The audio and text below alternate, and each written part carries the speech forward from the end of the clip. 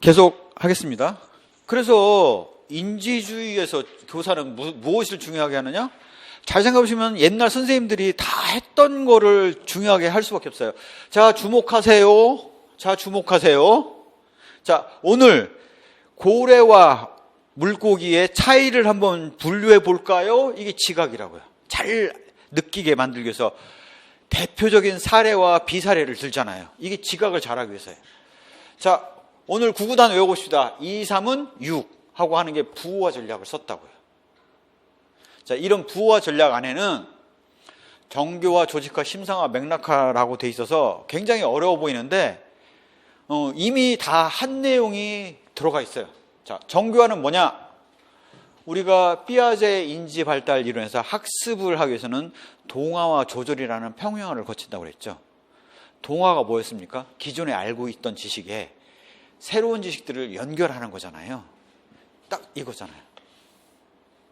기존에 알고 있었던 의자에다가 독특하게 생긴 의자를 보면서 아, 이게 의자, 이것도 의자였구나 라고 연결하는 게 바로 이게 바로 동화를 쓰는 전략이 바로 정교화라고요. 나중에 이게 교수학습법에 가면 라이글루스의 정교화 전략에서 그 정교화가 의미하는 바가 이겁니다. 정교화가 의미하는 바가 이거예요. 자, 이렇게 정교화를 하기 위해서 주로 하는 게 뭐냐면은 사례를 제공해 주는 거죠. 자, 이렇게 생긴 이거 이상하게 보이지? 이것도 의자야. 라고 사례를 제공하는 거죠. 자, 여기 잘 봐봐. 이거 의자에 사람이 구부리고 앉아 있으니까 여기 등 있잖아. 여기에 사람이 앉을 수 있을 것 같지? 하고 유추를 시키는 거. 자, 오늘 독특한 의자 봤다라는 기억법을 쓰는 거죠. 자, 이런 정교화의 방법 중에 하나가 제가 가드너의 다중지능 이론을 가르칠 때 구경수, 과사도, 음미체로 개별로 하면 9개나 되는 각각을 외워야 되는데 그걸 9개를 하나로 뭉뚱그려서 한 단어로 만들었잖아요. 구경수, 과사도, 음미체면 그 한 단위로 만들었잖아요. 그런 청킹이 바로 이 기억술의 하나죠. 내지는 패그워드법이라고 해서 우리가 앞 글자만 따서 외우는 거 있잖아요. 예를 들자면 저도 지금 앞 글자 따서 외우고 있는 패그워드법으로 쓰는 게 나중에 나올 라이글루스의 정교학이론의 7가지 전략을 어떻게 외우고 있냐면 정선, 요정, 비인학. 정선에 사는 요정의 이름이 비인학이다라고 외우고 있어요. 그게 딱 첫 글자 딴 거거든요. 그럼 패그워드법을 쓰고 있다고요. 조직화는 뭐냐면 공통의 범주, 유형을 묶는 부호화라고 돼 있어요. 이 용어가 굉장히 어렵게 느껴져요. 뭐냐면 이게 조절이에요. 조절의 사례를 뭘 들었습니까? 책상과 의자가 있는데 탁자가 새로 들어왔어요. 아니면 침대가 새로 들어왔어요. 이건 해석이 안 돼. 그러면 책상이라는 카테고리가 있고 범주가 있고 의자라는 카테고리가 있고 침대라는 카테고리가 있구나. 이걸 다 모아서 가구라고 하는구나라고 그 위계를 새로 만들지 않습니까? 위계, 그 개통들을 새로 만든단 말이에요. 머릿속에다가. 그게 바로 조직화예요. 공통의 범주를, 유형을 묶어서 부호화. 어떻게? 가구라는 유형으로 책상, 의자, 침대를 묶었단 말이에요. 묶어서 하나의 범주로 만들었어요. 되게 우리가 가장 흔하게 이런 사고를 하는 게 그런 거죠. 포유류의 종류에는 원숭이요, 코알라요, 고래도 포유류예요 하고 다양한 유형들이 있는데 공통으로 묶어서 포유류라고 우리가 얘기를 하고 그럼 포유류의 특징이 뭔데? 라고 우리가 가르치잖아요. 그게 바로 이렇게 위계를 세워서 조직을 나누는 거죠. 이게 바로 조직화고 우리가 인지발달론에서 조절이라고 배웠던 내용이에요. 자, 인지주의잖아요. 삐아제의 인지발달도 인지주의 심리학에 따른 거라고요. 그래서 이렇게 맞을 수밖에 없어요. 이렇게 조직화하는 방법 안에는 제 슬라이드에서 가장 많은 게 이 표예요. 왜? 가로축, 세로축, 위계가 항상 맞도록 돼 있어. 빈 구석은 표가 나도록 돼 있어. 그래서 도표, 행렬표, 위계를 다 세웠단 말이에요. 그 다음에 순서도나 그래프, 이런 것들을 쓰고 있어요. 위계를 다 나타내고 있다고요. 그래야지 조직화를 잘할 수 있다고요. 그 다음에 심상화는 바로 이런 겁니다. 인간은 전두엽이 감정을 컨트롤하는 사고를 해요. 두정엽이 논리 사고를 담당을 해요. 후두엽이 시각을 담당을 해요. 이 뒷뇌가 그래요. 측두엽이 언어나 상징을 담당을 해요.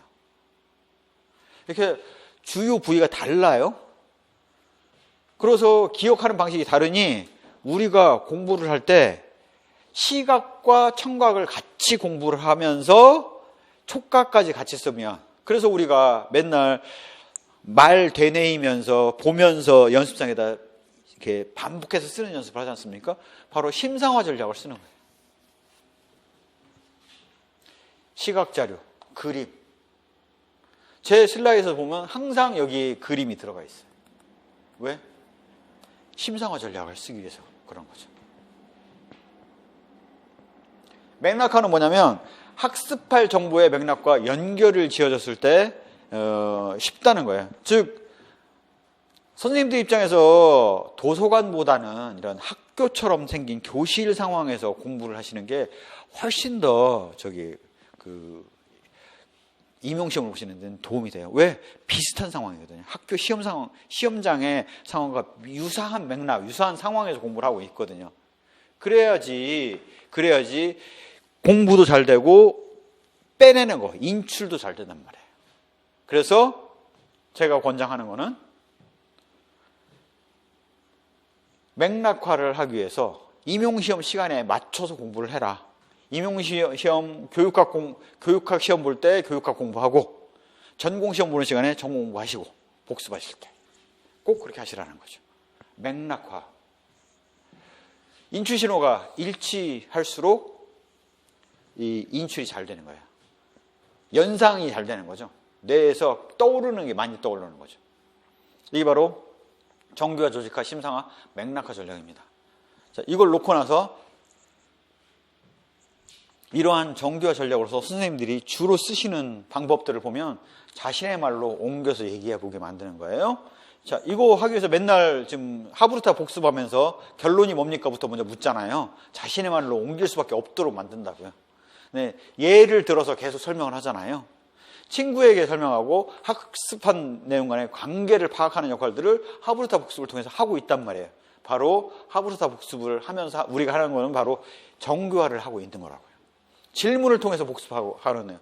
복습할 때 계속 하는 얘기가 뭡니까? 먼저 묻고 슬라이드를 보지 않고 오레오에 따라서 답변을 해보고 그게 안 됐을 때 보면서 체크를 하라고 돼 있잖아요. 바로 정교화 전략을 곧 그대로 적용하기 위해서 그래요.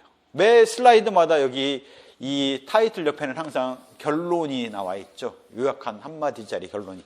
왜? 학습 내용 요약과 보충, 전체 흐름을 파악하도록 만들기 위해서 그렇게 하고 있다고요. 결국 정교화 조직화라는 거는 기존에 알고 있었던 지식 대비해서 비교해서 관련된 거를 연결하고 새로운 걸 만들어 놓고 하는 거기 때문에 사전 지식이라는 게 굉장히 중요한 거죠. 자, 이게 의미하는 바가 뭐냐? 학생들 입장에서 선수학습의 내용물은 대단히 중요하다는 거죠. 만약에 이 학생이 이 수업을 들음에 있어서 선수학습으로 연결될 고리가 없으면 정교화 조직화의 전략을 적용하기가 어려워요. 하지만 선수학습을 통해서 알고 있는 내용이면 연결하기가 쉽단 말이에요. 그런 얘기를 하고 있는 거죠. 더불어서 이제 이런 얘기들을 드릴 수가 있을 것 같아요. 항상 보다 보면 마인드맵을 막 60장, 70장씩 그리는 분들 계세요. 제가 묻는 게, 그거 왜 그리세요? 아니, 그걸 그리면 60장, 70장쯤 되면 그 마인드맵 같이 생겼고, 그 마인드맵 같이 생겨가지고, 심상화도 안 되고, 맥락만 조금 이해되는 정도인데, 정교화 조직화도 안 된단 말이에요. 그 시간에, 마인드맵 그리는 시간에, 정말 중요한 거 몇 장, 7장, 7 플러스 마이너스 2의 단기 기억의 한계가 있으니, 작업기 한계가 있으니, 정말 중요한 7장만 마인드맵을 그리고, 나머지는 슬라이드 놓고 문답을 하는 게 훨씬 시간 낭비를 덜 하는 거죠. 마인드맵 그린 시간을 낭비하고 있잖아요. 제가 학습법에서 얘기하는 게 뭡니까? 묻고 답해봤을 때 모르는 거를 검은색으로 체크하고, 그 다음에는 파란색으로 체크하고, 그 다음에는 빨간색으로 체크해서 빨간색으로까지 체크가 되는 것들은 오레오에 따라서 노트 정리를 한번 해봐라 라고 얘기를 하고 있잖아요. 왜? 아는 거 반복해봐야 도움이 안 된다고요. 학습을 제대로 하려면. 그 다음에 체크를 해서 드러내야지 바로 이 정교화, 조직화, 심상화, 맥락화의 전략을 그대로 적용할 수가 있는 거예요. 그래서 그러는 겁니다. 그래서 공부를 하실 때 알고 있는 거는 읽기는 해야 되지만 반복해서 내가 정리하고 있을 이유가 없어요. 그래서 천편일적인 서브노트는 아무 의미가 없습니다. 정말 빨간색으로까지 남을 만큼 내가 기억을 알지 못한 것들은 오레오로 써봐야죠. 그게 바로 학습 전략이 되는 겁니다. 자, 이렇게 되고 그러면 장기 기억서에다 우리는 무엇을 적용해서 기억을 해두고 있느냐 라는 것들의 내용물을 한번 살펴보실 필요가 있는데요. 이렇게 기억을 해두실 수가 있을 것 같아요. 우리가 장기 기억서에 기억하는 지식은 무엇을 이라는 지식을 주로 명제형 지식이죠. 명제형 지식. 사실, 개념, 절차, 규칙. 예를 들자면 삐아제 인지 발달 이론이라는 명칭과 같은 무엇을 기억을 하는 게 있고요. 절차적 지식으로 우리가 기억하는 것들이 있습니다. 그 다음에 어느 조건 하에서의 조건적 지식으로 기억하는 게 있어요. 그거를 이렇게 하면 헷갈리기 때문에 요거 들어가기 전에 이거부터 한번 보자고요. 코끼리를 냉장고에 넣는 방법이라는 질문을 딱 했어요. 그러면 선언적 지식, 바로 명제적 지식 입장에서는 그런 냉장고가 없다라고 바로 얘기가 나올 거예요. 절차적 지식 입장에서는 그게 냉장고가 있든 없든 그건 나중 얘기고, 냉장고 문 연다? 코끼리 집어넣는다? 냉장고 문 닫는다. 이게 바로 코끼리를 냉장고에 넣는 방법이에요.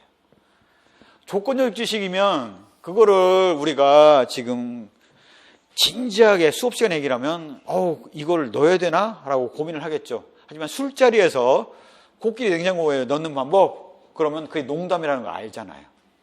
상황이라고요. 미쳤군 이라고 응답을 할 거라고요. 바로 이게 what에 대한 내용이냐, how에 대한 내용이냐, when에 대한 내용이냐라고 얘기할 수가 있고, 스턴복의 3원지능에서 얘기하는 분석적 지식은 바로 이 선언적 지식이에요. 그다음에 경험적 지식은 바로 절차적 지식이에요. 말로 기술이 안 되는 게 많아요. 상황적 지식은 우리가 지혜라고 얘기하는 조건적 지식이에요. 자, 그래서 선언적 지식에 해당되는 주요 내용들은 누구의 무슨 이론, 뉴턴의 물질 운동의 법칙을 얘기를 하는 거고, 절차적 지식에 나오는 거는 바로 타이어를 교체하는 방법, 자동차 타이어를. 그러면 자동차를 들어 올린다, 그 다음에 타이어의 옆에 있는 나사를 푼다, 타이어를 뺀다, 새 타이어를 가져와서 넣는다, 나사를 조인다라는 것들을 우리가 경험해봄을 통해서 그 절차를 알고 있잖아요. 그런 것들이 바로 절차적 지식, 방법, 어떻게 한다라는 것이죠. 조건적 지식은 이러한 것들을 언제 활용할지죠. 타이어가 빵꾸가 안 났는데 타이어를 교체할 이유가 없지 않습니까? 타이어가 빵꾸 날 때에는 교체를 해야 되잖아요. 그거를 파악하는 게 바로 조건적 지식이 된다라고 이해를 하실 수가 있습니다. 나머지는 그냥 읽어보시면 충분히 아실 수 있을 것 같고요. 결국 이런 선언적 지식은 주로 우리가 기억이라는 것을 통해서 머릿속에 암기라는 형태로서 기억이 되죠. 우리가 지적인 목표를 지식, 이해, 적용, 분석, 종합, 평가라고 목표를 세우잖아요. 지식이라는 게 뭐냐? 암기예요. 절차적 지식에 해당되는 건 뭐냐면 활용이에요. 활용. 상황적 지식에서 사용되는 지식, 이해, 적용, 분석, 종합 내지는 평가라고요. 그거는 타이어 교체할 때 써야지. 바람 잘했어 하고 판단할 수 있는 능력. 그래서 이게 그렇게 이해를 하시면 될 것 같아요. 자, 그래서 나머지는 읽어봐도 될 것 같고, 자, 이걸 놓고 교사 입장에서의 의미를 한번 생각해 보자는 거죠. 과거에 우리가 강의식 수업을 할 때 중요했던 지식은 뭐였냐면 뉴턴의 물질운동의 법칙과 같은 이 선언적 지식이 중요했어요. 이제는 점차 수행평가, 수행 중심의 활동 중심으로 수업이 옮겨가고 있죠. 바꿔서 얘기하면 우리한테 중요한 것들은 이 누가 무엇을 외우고 있느냐라는 관점보다는 어떻게 문제를 해결할 것인지, 어떻게 주어진 상황에 접근을 해나갈 것인지에 대한 과정적, 절차적 지식에 대한 부분으로 옮겨오고 있다는 거죠. 더 나아가서 궁극적으로는 그러한 절차들을 언제 적용할지로 확장해 나가는 것이 점차 고등정신 능력으로 이행해 나가는 것이다. 그래서 교육의 흐름이 선언적 지식 중심에서 절차적 지식 중심으로 옮겨왔고, 나아가서 이제는 조건적 지식으로 옮겨가고 있는 추세다라는 것들을 얘기를 하고 있죠. ICT 시대에 와서 암기라는 거는 아무 의미가 없죠. 구글에다가 검색하면 정말 어느 석학이 하는 것보다 더 많은 정보가 쏟아져 나오죠. 그래서 이거를 단순 암기하고 있는 건 아무 의미가 없다고요. 하지만 ICT 시대에 와서도 여전히 중요한 거는 주어진 문제가 있을 때 그걸 어떻게 해결해 나갈지에 대한 대안을 찾아나가는 절차적 중심의 지식은 훨씬 중요하다고요. 더 나아가서 이러한 절차적 지식을 어느 상황에 적용할 것인가, 어떻게 적용할 것인가에 따라서 그 결과물은 현저하게 달라진단 말이에요. 창의성을 발휘하는 시대에는 조건적 지식이 훨씬 더 중요하게 되는 거죠. 그렇게 이해를 해두시면 될 것 같아요. 그래서 선언적 지식은 조직화된 도식을 통해서 머릿속에다가 암기를 하는 거죠. 명사형으로 암기를 하는 거예요. 절차적 지식이라는 거는 이러한 조건에선 이런 행위를 하고, 이런 조건에선 이런 행위를 하고, 조건과 행위 위치 형태로 해서 이 두 가지 형태로 기억을 하죠. 그 다음에 여기에는 언제 이 행위를 한다, 언제 이 행위를 한다는 형태로 기억을 하는 거죠. 자동차 타이어가 빵꾸 나면 타이어를 바꾼다. 빵꾸가 안 났으면 내버려 둔다. 라는 이런 언제라는 형태로 기억을 하는 것이고, 이런 것들이 나중에 교육 철학에서 다룰 때는 명제적 지식, 방법적 지식, 지식의 조건이라는 형태로 우리가 이 연결해서 볼 수 있겠다라는 정도만 이해만 해주시면 됩니다. 이걸 외우실 필요는 없어요. 이거를 논술로 물어보기는 너무 자질구레한 내용인 거죠. 그래서 이해만 해두시고 읽어만 두시면 그걸로 충분합니다. 뭐 그 이상은 필요는 없는 것 같아요. 자, 이제 메타인지예요. 메타인지를 얘기하기 전에 우리가 봤던 걸 한번 다시 되살려 보면, 주의를 잘하는 방법, 지각을 잘 시키는 방법, 부화를 잘 시키는 방법이 바로 메타인지예요. 그런지 볼까요? 메타주의, 메타지각, 메타기억이 부화에 대한 전략을 얘기를 하는 거라고. 즉, 주의를 잘할 수 있도록 효과적인 학습 환경을 구성을 하는 거죠. 학습 환경에 조용히 공부할 수 있는 환경을 선생님이 조성을 해주고, 이게 바로 메타인지입니다. 책에 집중할 수 있도록 여건을 조성을 하고, 이게 바로 메타주의예요. 메타지각은 정확하게 지각할 수 있도록 하는 건데, 수업 시간에 우리가 하는 게 관련 사례를 제시하고 관련 비사례를 제시해서 비교하는 작업들을 항상 하잖아요. 왜? 지각을 잘할 수 있도록, 명확하게 구분해서 알 수 있도록 하기 위해서 그 작업을 한다고요. 메타기억이라는 것들은 부화를 위해서 우리가 성취행동을 유도하기 위해서 하는 일이고, 정교화, 조직화, 심상화, 맥락화의 과정을 거치게 하는 거죠. 그게 바로 메타기억입니다. 이렇게 이론상은 그런데, 그러면 그게 뭔데요? 구체적인 방안이 뭔데요? 학교에서? 라고 얘기를 하면 바로 이런 겁니다. SQ3야. 선생님이 공부하는 방법을 알려줄게요. 공부를 할 때 가장 바람직한 방법은, 첫 번째는 전체를 한번 훑어보세요. 가장 대표적인 얘기가 우리 교과서 보면 각 목차가 있죠? 그 목차를 한번 훑어보세요. 우리가 이 과목을 통해서 무엇을 배울지의 전반적인 흐름을 보는 것이 필요합니다. 그리고 나서 그 목차를 보면서 각 학생들 입장에서 떠오르는 의문, 질문들을 한번 만들어 보세요. 고래는 왜 바다에 살까? 다른 동물들은 다 육지에서 사는데? 와 같은 질문들을 하고 그 질문에 대한 답을 찾아가면서 읽어보시기 바랍니다. 그렇게 목적의식을 갖고 읽었을 때만이 제대로 된 학습을 할 수가 있고, 자, 한번 읽어서 알 수 없으니 다시 보기를 통해서 반복해서 보는 것이 필요하고요. 복습을 통해서 요약 정리를 다시 해보는 과정을 통해서 학습을 하게 되면 바람직한 학습을 할 수 있습니다. 와 같은 공부하는 방법을 알려주는 것이 바로 메타인지 전략을 아이들에게 알려주는 거죠. 그러면서 선생님이 이게 바로 공부법이에요 라고 설명을 하는 게 메타인지 설명이고, 그거를 직접 선생님이 시범을 보여주는 게 시범이고, 학생들이 그대로 공부하는지를 보고 잘했어요 와 같은 것들을 알려주는 게 피드백이죠. 칭찬하는 게, 상찬하는 게. 그다음에 체크리스트를 제공해서 공부할 때 주로 주의할 점, 이런 것들을 목록을 만들어서 주는 게 바로 체크리스트 제공이라는 방법들이 있습니다. 메타인지를 학교에 적용하는 방법은 바로 이렇게 바람직한 공부 방법을 적용하시는 거예요. 그래서 제가 맨 첫 시간에 거의 3시간에 걸쳐서 교육학의 전체 흐름을 다 설명하고 하는 게 바로 훑어보기를 한 거예요. 그다음에 묻고 답하게 하는 방법에 대해서 질문하고 답하게 하는 방식으로 썼던 게 바로 이 SQ3R을 거시적으로 적용한 거라고요. 복습을 매 첫 주에 첫 시간은 이전 주에 배웠던 내용을 복습을 하고 있지 않습니까? 복습을 시키고 있다고요. 메타인지를 그대로 적용하고 있다고요. 여기서 이제 이해하기 쉽게, 메타하면 굉장히 어려워 보여요. 메타 코그니션 하면 뭐 대단한 뭐가 있는 것처럼 생각이 되는데, 이렇게 보시면 돼요. 그래서 메타는 about이다. 메타 코그니션은 cognition about cognition.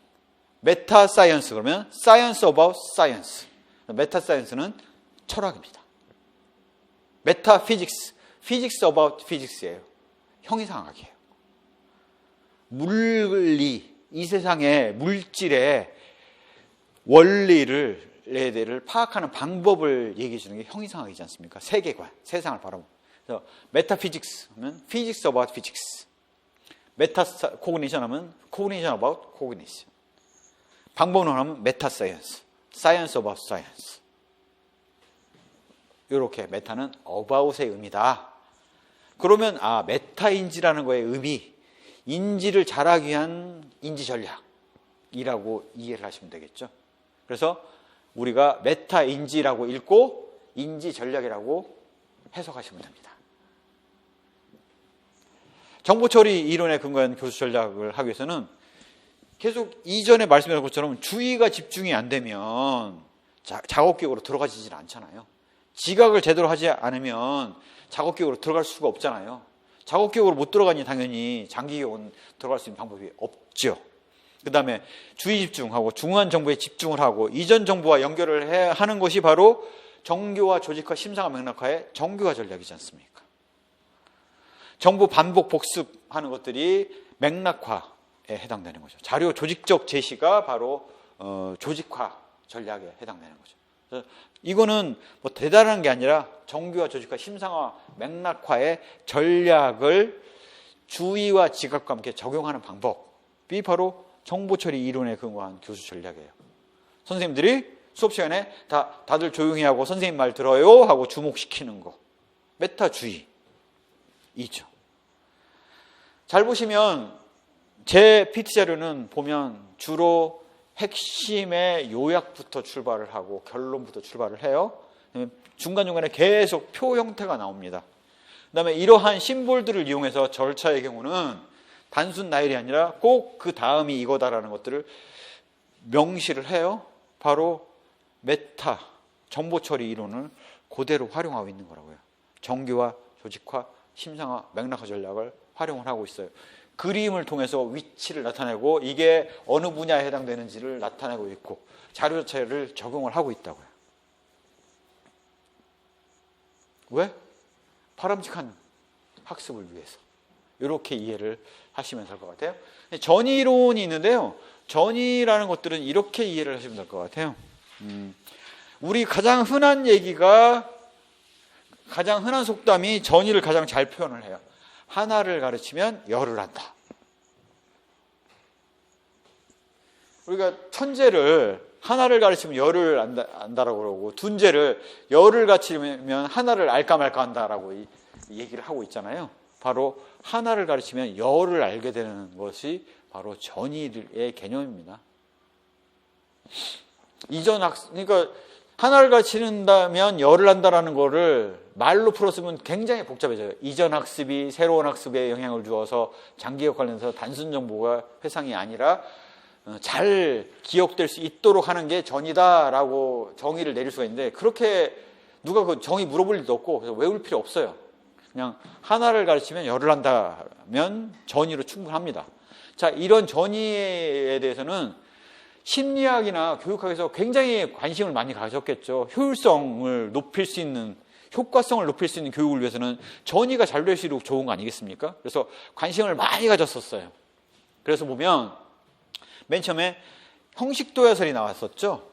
무슨 얘기냐? 형식도야설이 뭔 얘기냐면, 인간의 뇌도 근육하고 똑같다 이거예요. 근육이 쓰면 쓸수록 더 힘을 낼 수 있듯이 뇌도 쓰면 쓸수록, 공부를 열심히 하면 할수록 더 잘할 수 있더라라는 인간의 각 능력에 대한 심리학을 근거로 해서 연습을 통해서 열심히 하면 된다라는 것이 바로 형식도야설입니다.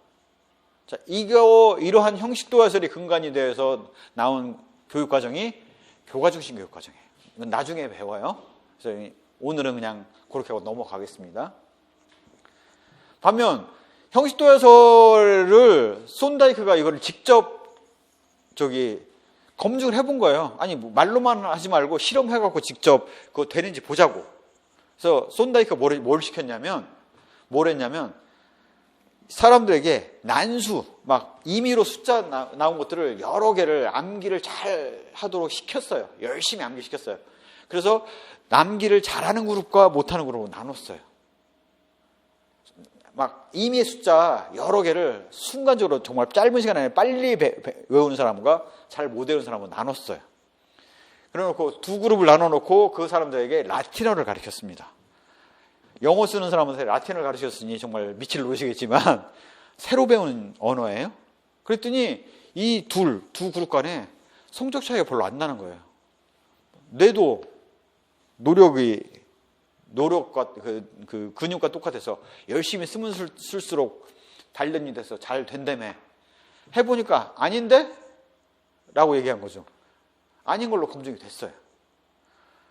그러면 도대체 전이는 뭘로 나타나느냐라고 해서 했을 때 손다이크가 뭔 얘기를 했냐. 그래서 얘기를 한 게, 우리가 이렇게 단순 암기를 하는 거는, 라틴어는 언어를 배우는 거기 때문에 의미가 다르니 뭔가 동일한 요소가 있으면 더 잘하지 않겠냐. 예를 들자면 영어를 잘하는 애와 못하는 애를 라틴어를 가르치도록 했으면 이게 달랐을 건데 전혀 관계없는 걸 물어봐서 그런 거 아니냐? 결국 뭔가 전이가 되기 위해서는 동일한 요소가 있어야 되겠다라는 거죠.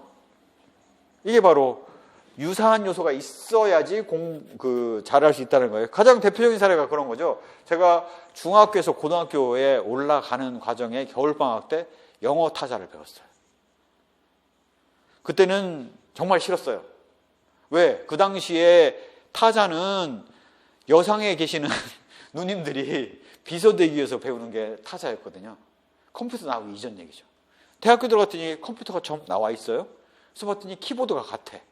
그래서 컴퓨터를 정말 쉽게 영타를 치니까 컴퓨터를 쉽게 익힐 수 있었던 거죠.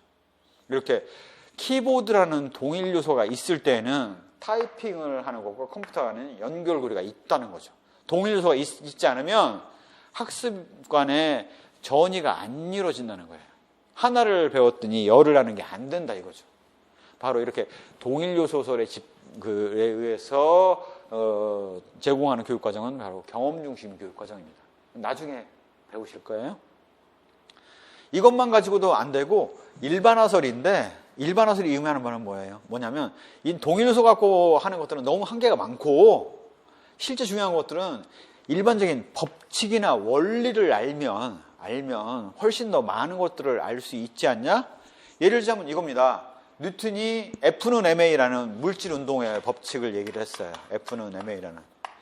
그래 놓고 이 공식 하나를 딱 놓고 나서 뭘 설명했냐면 자전거가 뒤에서 힘을 밀어주면 질량에 따라서 힘이 발휘가 돼서 가속도가 생기는 거다. 가속도를 가하면 힘이 발생하는 것이다. 라는 얘기를 했고 나아가서 마차가 달리는데도 바로 F는 ma라는 원칙이 적용된다. 나아가서 배가 움직이는데도 로켓이 발사되는데도 F는 ma라는 원리가 적용된다. 나아가서 행성이 움직이는 원리도 F는 ma를 따른다.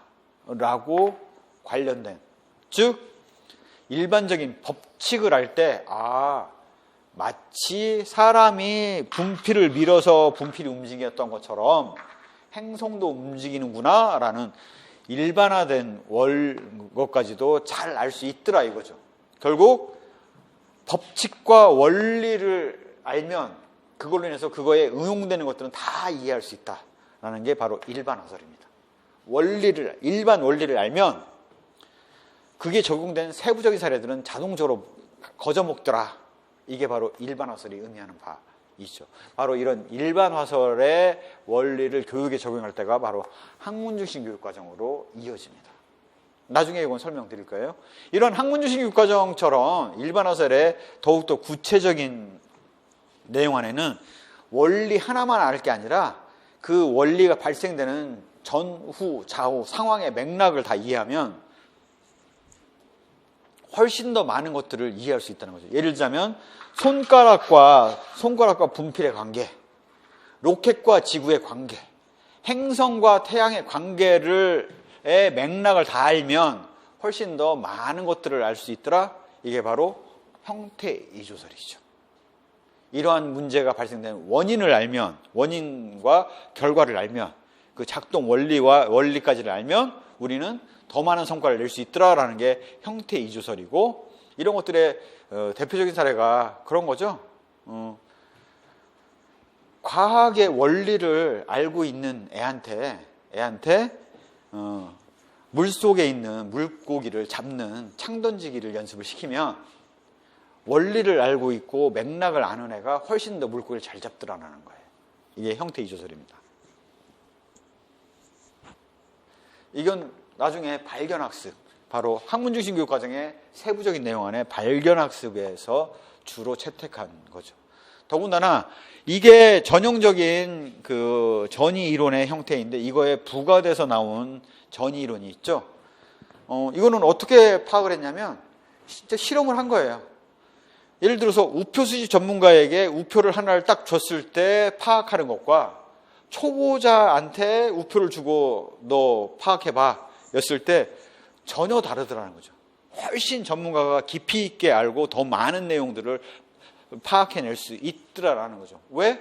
선행 지식이 있고 전문가는 구조하는 방법을 아는 거고 일반 초보자는 구조하는 방법을 모르니 자기 있는 대로 얘기를 하다 보니 할 수 있는 얘기가 별로 없더라라는 얘기를 하는 거죠. 바로 전문가 초보자에서 전문가일 때 훨씬 많은 내용들을 파악해낼 수 있더라라는 게 전이론의 한 근거가 되는 겁니다. 또한 메타인지인데요. 이거는 그거죠. 구체적인 공부를 하는 절차를 하는 것보다는 이렇게 SQ3R 것 같은 공부하는 방법에 대한 지식은 한 번 배우면 굉장히 오랫동안 많은 분야에서 영향을 미치더라. 바로 메타인지적 지식이 훨씬 더 다양한 요소에 활용되면서 활용 가능성이 높더라라는 얘기를 하는 게 메타인지를 전이의 근간으로 본다라는 내용입니다. 자, 나아가서 이제 형식도회론에 대한 비판은 이미 말씀을 드렸으니까 그냥 읽어두시면 될 것 같아요.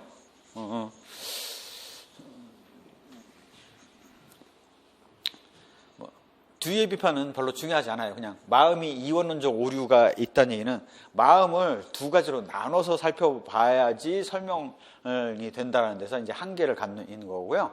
자, 이제 우리가 알아야 될 거는 바로 에이빙하우스의 망각곡선입니다. 우리가 첫 시간에 망각곡선에 대해서도 이미 했었는데요. 에이빙하우스가 망각곡선을 통해서 도대체 한 번 익히고 나면 그게 얼마까지 유지가 되느냐, 장기적으로 유지가 되느냐라는 것들을 실험을 해본 거예요. 그랬더니 1시간만 지나면 56%를 망각을 하고 44.2%가 남아있더라는 거예요. 이렇게 쭉 떨어지죠. 기하급수적으로 떨어져요. 학습한 직후의 망각률이 제일 높아요. 조직화된 학습자로일수록 상대적으로 이 망각을 덜해요. 그래서 자기가 학습을 할 때 조직화를 하는 게 중요한 이유가 망각을 훨씬 덜하기 때문에 그래요. 그래서 이런 망각을 인간이 한번 배웠으면 이게 장기가 계속 들어가 있는 게 아니라 왜 자꾸 망각을 할까? 원인을 파악을 해봤더니 원인이 뭘까라고 해서 다양한 설이 존재하는 거죠. 이전에 배웠던 지식들이 새로 들어온 지식들을 방해를 해. 그래서 간섭을 하기 때문에 그런 것 같아. 대표적인 예가 어린애한테 한 가지 가르쳐주면 정말 쏙쏙 받아들입니다. 근데 나이 먹은 사람한테 가르치면 잘 못 받아들여요. 왜? 이미 자기 머릿속에 들어가 있는 지식들이 있어서 간섭을 한다라는 게 바로 간섭설이 의미하는 바예요.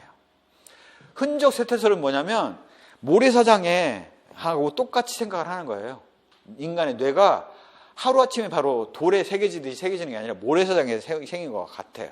그래서 처음 새겼을 때는 진하게 새겨졌다가 점차 시간이 흐르면서 바람 불고 이러면서 이 모래사장에 새겼던 것들이 없어진다 이거죠. 이게 바로 흔적 쇠퇴설이에요. 내지는 인간이 뇌에는 들어가 있지만 이게 바로 프로이드가 얘기한 얘기죠. 뇌에는 자기도 모르는 사이에 들어가 있지만 그걸 꺼내는 데 실패를 하기 때문에 잊어버리는 것이다 라는 게 인출 실패설이고, 의도적 망각설은 인간이 모든 정보를 다 기억하고 있다가는 뇌가 터질 것 같으니까 일부러 불필요한 정보는 지운다. 이게 의도적 망각설이죠. 재체계화라는 거는 체계가 안 잡혀 있다 보니까 인출이 안 되는 것이다 라는 얘기가 원인으로서 얘기를 하는 거죠. 자, 그냥 이거는 이호까지는 그냥 들어만 두시고 원인을 묻는 것들은 별로 중요하지 않죠. 그래서 어쩌라고 에이빙하우스의 망각곡선이 의미하는 내용들을 그래서 뭘 어쩌라고 반복 복습을 하면 다시 하면서 올라오죠. 반복 복습을 하면 다시 올라오죠. 즉 장기적으로 삼기 위해서는 꾸준한 반복 복습이 필요하다라는 게 학습에 의미하는 바입니다. 그 다음에 공부하는 데 방해되는 간섭 요소를 최대한 줄여놨을 때가 훨씬 더 학습이 잘 이루어진다는 얘기를 하는 거죠. 자, 그래서 간섭을 줄이기 위해서 우리가 하는 학습이 뭐냐면 개념학습, 관련 개념을 같이 학습하는 거죠. 포유를 얘기하면서 어류를 같이 얘기하고 그러면서 고래라는 사례를 들어서 어류와 포유를 구분할 수 있는 결정적인 근거를 제시하고 그래서 관련 사례를 제시하고 관련 비사례를 제시해서 왜 그게 비사례인지를 알게 하게 되면 학생들의 생각을 명료화를 시킬 수가 있어서 간섭을 줄일 수 있다는 거죠. 그래서 그렇게 하는 거고요. 그 다음에 이렇게 에이빙하우스 망각곡선에 하면 했다가 계속 듣는다고 해서 이게 머릿속에 남아있는 게 아니잖아요. 그래서 쉬었다가 또 공부하고 쉬었다가 공부하고 해야 되는 거죠. 예, 그래서 10분 정도 쉬셨다가 이제 오늘의 가장 중요한 주제인 동기로 들어가겠습니다. 이렇게 간섭을 줄이기 위해서 이렇게 매 10분 정도씩을 쉬는 거예요. 예, 10분 정도 쉬시겠습니다.